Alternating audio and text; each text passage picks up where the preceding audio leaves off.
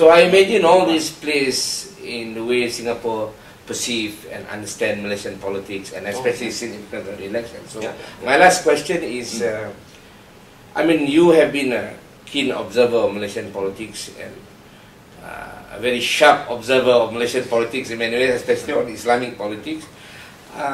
What do you think of this position of BN and PR? Where do you think where they would go? Do you think it's really going to be very, very tough, very, very close, or people want it to be very close, or it is really something, a continuity of 1999, 2004, 2008, and now we are seeing this consolidation of the so-called two coalition. So what do you think is happening in the election? It's very exciting. That's for sure. That's what I'll say. I wouldn't want to venture to make a guess about who wins, because I'm always wrong. So I don't want to sort of lay a curse on the on the party that I guess. Right? But having said that, I think people are right to say that it's going to be a very close election. And because it's so close, I think both parties are going to basically do anything and everything they can to win. So that would be interesting.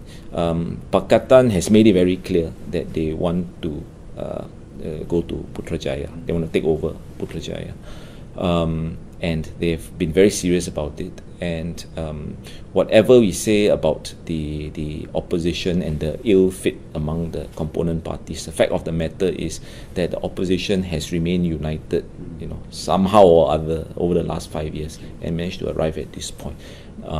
So that is, to me, that is impressive given the profile of the opposition. But having said that, it is not easy to unseat an incumbent, generally speaking. I think in Malaysia's case, even more so, unseating UMNO. I mean, you're talking about BN, but what you're really talking about is UMNO. UMNO is an institution. Its influence is spread far and wide across Malaysia. Maybe less Sarawak, but other than that, all across Malaysia. Certainly in the Semenanjung, and UMNO has been around for decades.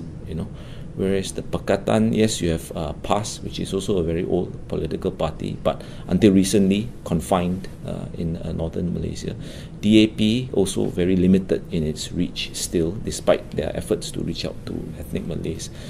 So there's no party that is even close to UMNO in terms of how deeply rooted it is into Malaysian society, whether culturally, economically, politically, business, etc. So I take my hats off to Pakatan, but it would be a very formidable challenge for them too.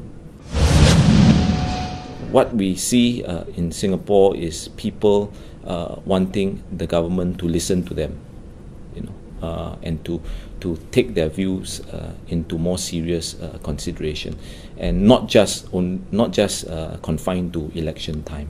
And I think this is something similar also in Malaysia. So that being the case, if I can say one thing, is that to the candidates, especially the winning candidates, don't betray the trust of the people who elected you. Whether it be fulfilling the promises, or, if I may say so, even your party allegiance. People voted you not just because of you, but what you stand for.